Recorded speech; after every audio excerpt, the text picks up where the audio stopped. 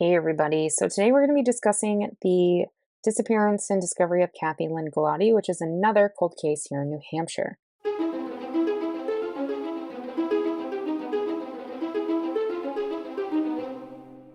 So just to follow up, the past two videos I have discussed that of Deborah Horn, Joan Dunham, and Luella Blakesley, and today we were talking about Kathy Lynn Gloddy. I just have my notepad and a pen next to me, so I'm just kind of jotting things down.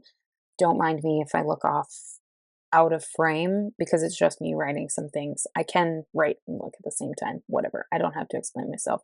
Anywho, so Kathy Lynn Gloddy was 13 years old when she was last seen on November 21st of 1971 in downtown Franklin.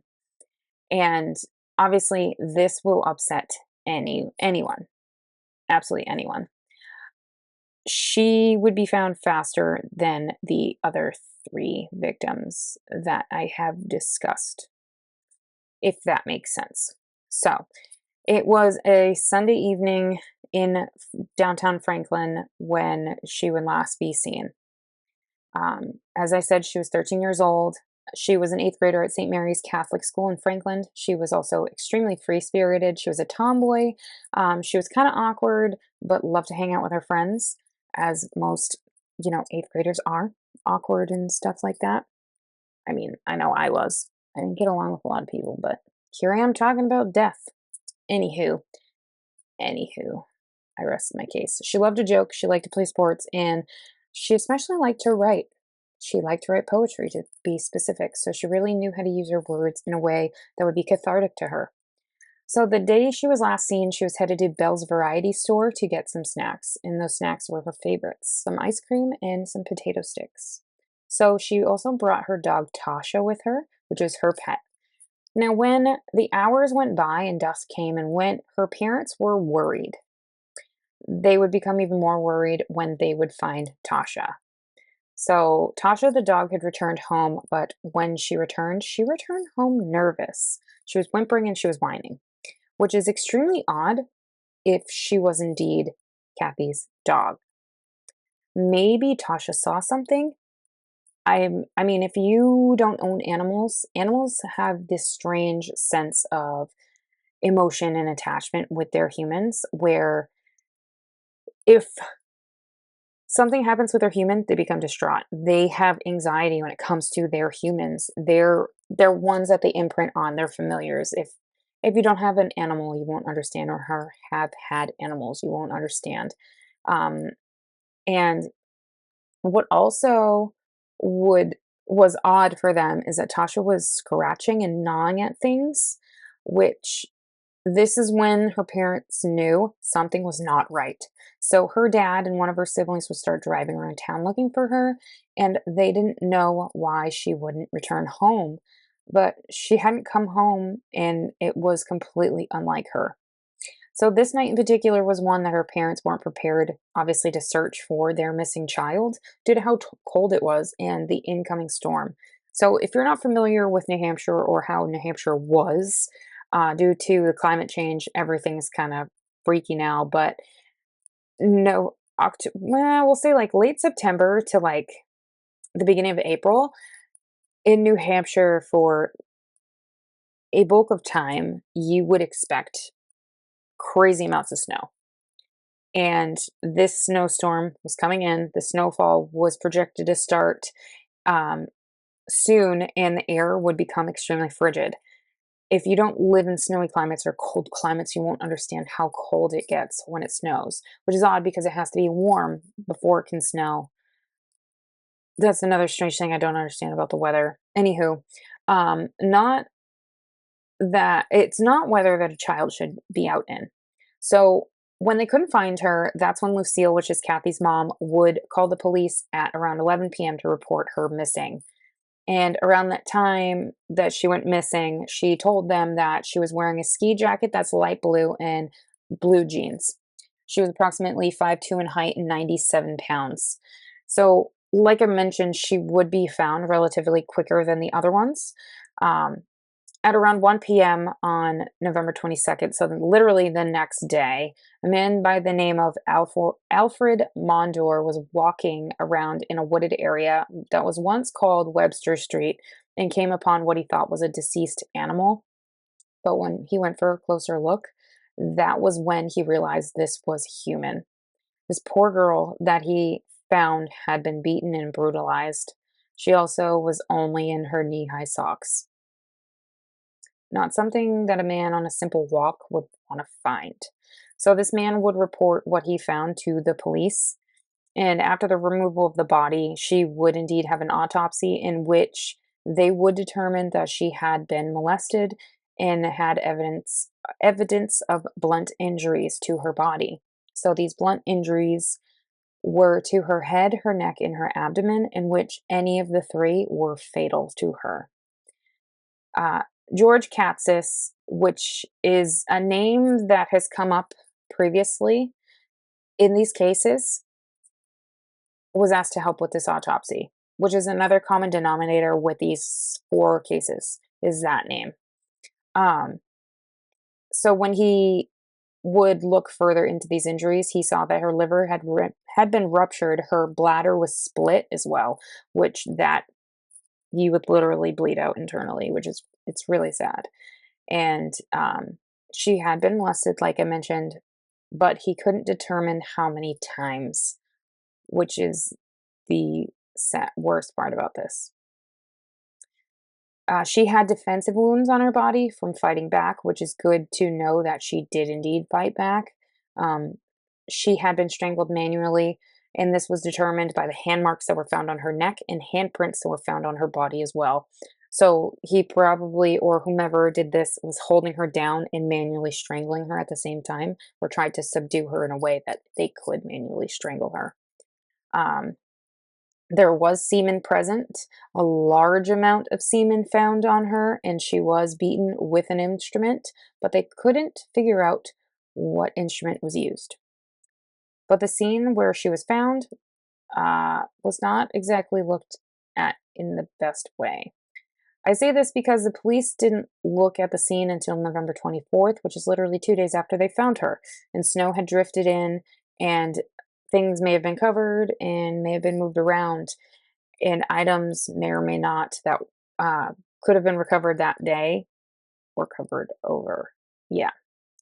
What they did find was an empty potato stick can, which we know she bought potato sticks at Bell's Variety, a hat that belonged to her, and there was tire marks. They did find fingerprints, but they didn't match Kathy, and they couldn't figure out who they belonged to. So, not too long after this, the case would go cold. There would be a resurgence in this case multiple times, but it would never be solved. So, there is a few suspects in this case. One of them, his name is Kenneth Bonifant. He was back in the area following the Vietnam War, and he was well known in the area for not getting along with people, hence why he is one suspect. Then we have another man, which is actually the neighbor to the Gloddy family. He lived upstairs in the upstairs apartment, and his name is Edward Duquette. So he was actually called Filthy McNasty. If that explains anything to you about who he was, he just everything I read about him, he was just really gross. Yeah, really gross. And they just everything after the discovery of her, they could not understand why this would happen to Kathy. Why she would be repeatedly molested, why she was beaten, why she was run over. That was another thing that they determined. Like, why? Why would they pick her? An unassuming 13-year-old. Why? I just don't get it. Her case was reopened by VIDOCQ, or VIDOC. I think that's how you would pronounce it. So VIDOC Society, which is actually a independent investigation and forensic expert group back in 2017, which I find it's very nice, especially where you think They found a giant amount of semen on her. Why didn't they have they tested it? Have they done anything with that? Like, come on. Have they decided to test it? Like, I don't get it. Some of these cases where they find DNA, why don't they test it? Or why don't they find like certain DNA markers? Obviously, I know back in 1971, genetics and forensic science weren't up to par, but still, we can test it now. We can put that sample into the system to see who it matches. Then we could find clarity for this family. This family has been in shock for years. They've had to hear over and over again what happened to their daughter, their sister, this harmless little girl that was beaten and raped and hit and run over and just left on the road with no justice. None whatsoever. Like, it baffles me the amount of unsolved crimes that go years without anything. It baffles me. When we have technology today to help solve them. Yes, I know John and Jane Doe cases are like the biggest thing right now for everybody to solve. Yes, we want to know who they are. But if there's other cases that are cold and unsolved from the states here in the United States, or even all over the place, all over the world, if there's genetic evidence, test it, put it in the system. Let's see if it matches anybody. Literally every single person, if you've done a DNA kit, your DNA is uploaded somewhere. 9 times out of 10, when they do these tests, they will go to Ancestry, 23andMe, GEDmatch, MyHeritage, Family Search, all of these ancestry websites that hold genome banks. They literally will run that sample against all of these banks to see if they have a match. That's why genetic forensics is so hot right now. We wouldn't have figured out who more of BTK's victims are, Gary Ridgway's victims are. Didn't mean to say BTK. Yeah, Gary Ridgway's victims. Uh, all of these John and Jane Does that have been identified, some super old John and Jane Doe cases, none of them would have been identified if it weren't for genetic forensics. Same thing can happen in this case. You have that large amount of DNA, the giant wad of semen that you could test. I know I'm going on a rant about this, but still, you can test it to find out who did this. You could solve a cold case from here in New Hampshire with that.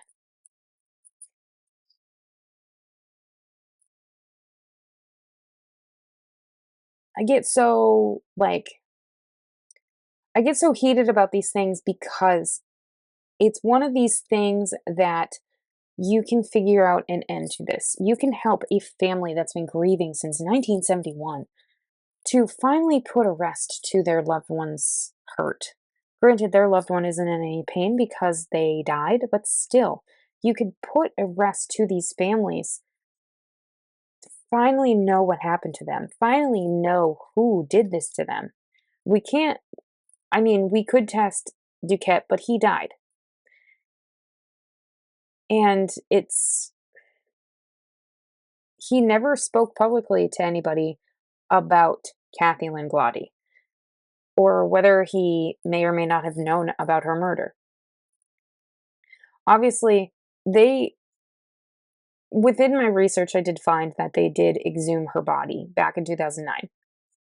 And they had hopes of figuring out who did this to her. This was like an initial reopening of the case prior to that Philadelphia company reopening it again. And it's something that we should really, not that like present day crimes aren't important. We need to also make sure that those that have been affected for years are also looked at as well. Hence why true crime is something that people like to learn about, because there's so many true crime cases out there that have never been talked about before. There's so many true crime cases that don't get the highlight that they should. And they should, for a reason. So these people know exactly what has happened to them. Like, when I first started this channel, I was only doing smaller known cases, lesser known cases. And I did a lot from here in New England. And then I started moving outside of New England. And that was because I didn't want my channel to fall into a specific genre. I also was doing art on this channel as well while speaking about a crime, but I didn't want to lose interest in my art. And that was a personal preference. I took it off of this channel, and then you just got my face. And I really want to highlight these cases in a way where, yes, they're smaller crimes. That's why, like, I think the most notable killers I've had is Jack the Ripper, um, Dean Coral. Let's see. Oh, then I did Son of Sam.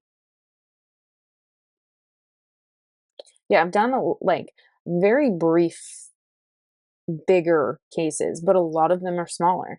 And I do that on purpose because these cases don't get the highlight that they should. We can learn from these smaller and lesser known cases and really take that and attribute it to present day cases or other bigger cases. Like, it's been years since Robert Hansen was arrested. I'm using him as an example. He's another one that I covered, and he terrifies me, freaks me out, but he's one of my favorite serial killers. And I know that's really disgusting to say that, but it's very true. His MO is very intriguing to me, but it's been years since he was arrested and died in prison, and we still don't know who one of his victims is, and it's his first victim, Ekalutna Annie. We have no idea who she is. With DNA testing and genetic testing, we can figure out who she is. Obviously, they've been working on it. When they found her, she was all skeletal.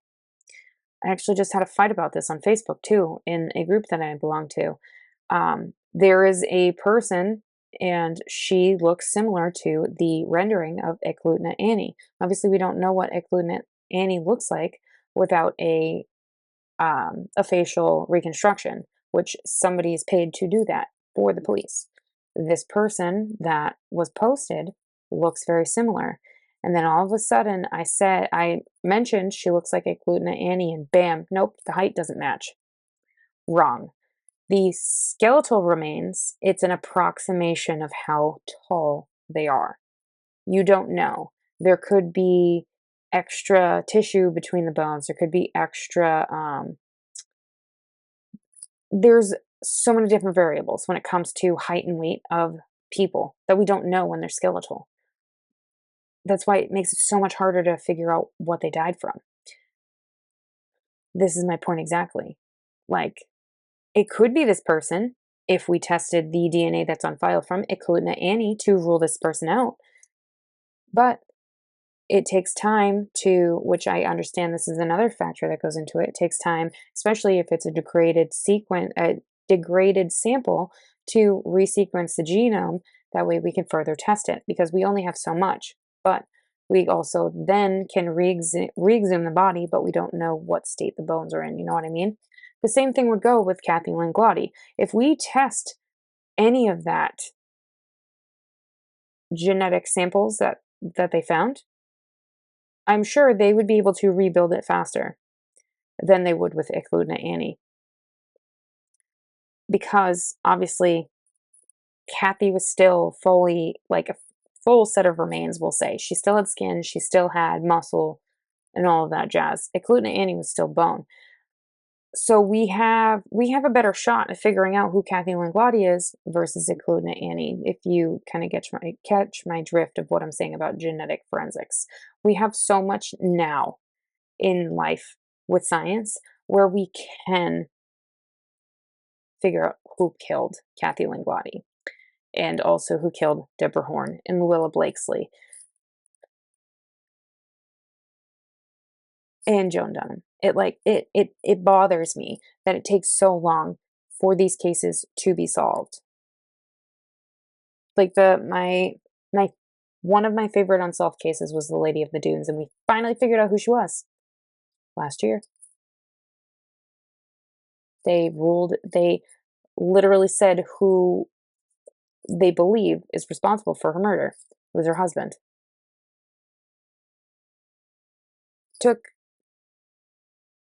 She died in the 70s, so 40, nope, 50 years for her to be identified. 50 years. 50. Kathy Lynn Gloddy died in 1971. 1971. It's 2024. It's been 53 years since her murder, and we still have no idea who killed her. We still have no idea who killed Deborah Horn and Luella Blakesley and Joan Dunham.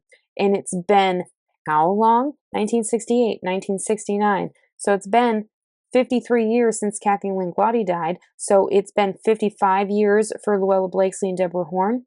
It's been 56 years since Joan Dunham died. We need to take accountability for these cold cases. I know it costs money for them to actually take care of these, but still, we need to start focusing on things to make sure that everybody in society is taken care of. I know things take time and cost money, but still, there are things other than war and other than things happening outside of the United States. I'll just word it like that. That should take precedent over that. So that, my friends, is today's video. I hope you guys learned something from this 3-part, and I will see you guys in my next one.